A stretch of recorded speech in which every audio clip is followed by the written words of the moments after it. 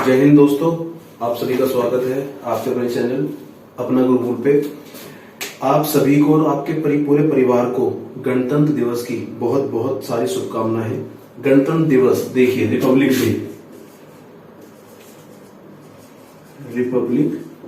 Day आज थोड़ी सी GS के बारे में बात हो जाती है। ये टॉपिक जीएस का भी है, कॉम्पिटिटिव एग्जाम्स में भी आता है और ये एक जनरल टॉपिक है जो हर किसी को पता होना चाहिए। इसे चाहे तो पेरेंट्स देख लें, चाहे तो बच्चे देख लें, चाहे तो जो रोजगार की तरफ दौड़ लगा रहे हैं, जैसा मैं हर वीडियो में बोलता हूं, वो देख लें। रिपब्लिक डे इस बार बनाया गया है 73rd। सैल्यूट सारे जवानों को, सारी फोर्सेस को जो हमारे लिए रात दिन देश की सेवा करते रहते हैं। इस रिपब्लिक डे को मनाने का क्या उद्देश्य है? देखिए, एक बोलते हैं इंडिपेंडेंस डे।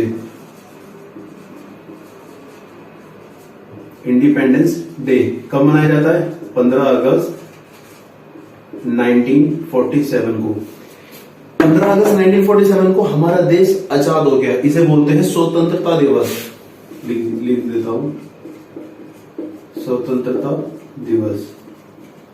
इस दिन हमारा देश आजाद हो गया, उसके बाद भी एक दिन मना रहे हैं। ऐसा क्यों? अब उसके बाद बताया तो ये कब से मनाना स्टार्ट हुआ? ये हुआ मनाना 26 जनवरी 1950। आजाद हम पहले हो गए, मना बाद में रहे, उसी के लिए ये वीडियो है।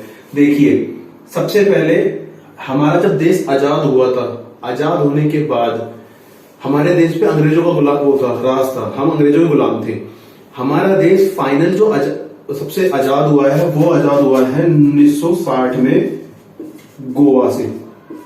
ये बात याद रखना। सबसे लास्ट में हमें छोड़ दिए हैं पोर्चुगीज, पुर्तगाली।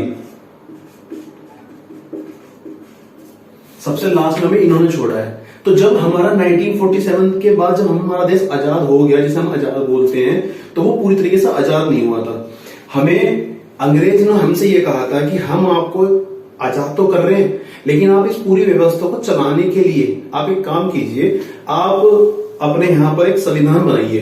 संविधान कहलाता है हमारा रूल और रेगुलेशन की बुक, जिसके अंदर सारे रूल रेगुलेशन लिखे हुए, कैसे हमारे देश में सबसे ऊपर है, सबसे फर्स्ट इंडियन जिसे कहते हैं, फर्स्ट इंडियन, वो होता है प्रेसिडेंट। सबसे पहला नागरिक इन्हें कहा जाता है। तो ये भी संविधान में लिखा हुआ है।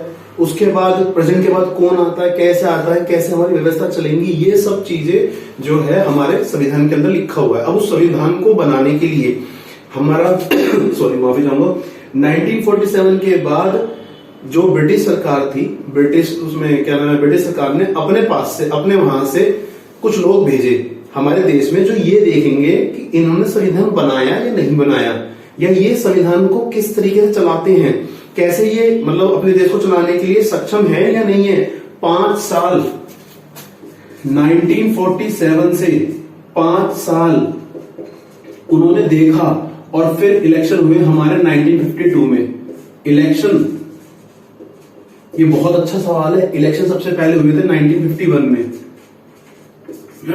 तो 5 साल उन्होंने देखा ना, तो उसी को ही देखने के लिए जो लोग ब्रिटिश से आए थे, उसे बोलते थे, वो जो लोग थे, उन लोग जो आए थे कहां से, ब्रिटिश से, उन्हें बोलते थे क्रिश मिशन। क्रिश मिशन, इसके अंदर वो लोग आए थे जो हमें ये देखने आए थे कि हमारा देश काम कर पाएगा, आजाद हो पाया होने के बाद कैसे हमारा देश संभल पाएगा।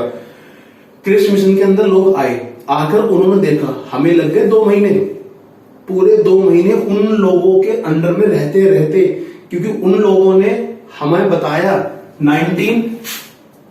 26 नवंबर 1949 इसको हमारा संविधान लिखकर रेडी हो चुका था। लेकिन ये इन लोगों की वजह से, क्रिश मिशन वालों की वजह से हमें 2 महीने लग गए यहां से यहां तक। क्या? इनकी वजह से ये आए, इन्होंने आके देख लिया। उससे पहले एक हमारा संविधान रेडी हो चुका था। हमारा संविधान रेडी हो चुका था। लेकिन इन्होंने कहा कि नहीं, हम चेक करेंगे ढंग से। तो 2 महीने हुए और 26 नवंबर 1950 को हमारा देश आजाद होने के बाद अब हमारा देश रिपब्लिक हो गया। रिपब्लिक सबसे इंपॉर्टेंट वर्ड है, रिपब्लिक। इसका मतलब ये है कि हम गणतंत्र हो गए। गणतंत्र यानी हमारे देश पे जो इलेक्शन होने के बाद जो चुन के जाएंगे वो वंशानुगत नहीं होंगे। ये नहीं है कि किसी पीढ़ी का कोई वो आ गया, आदमी आके बैठ गया, या किसी एक फैमिली का राज होगा, ऐसा कहीं नहीं लिखा हुआ। और ना ही हमारे देश ऐसा है। हमारे देश के अंदर इलेक्शंस होते हैं, वोट डाली जाती हैं और उसके बाद चुन के आते हैं। हमारे देश के अंदर प्रेसिडेंट के भी इलेक्शन होते हैं, पीएम के भी इलेक्शन होते हैं,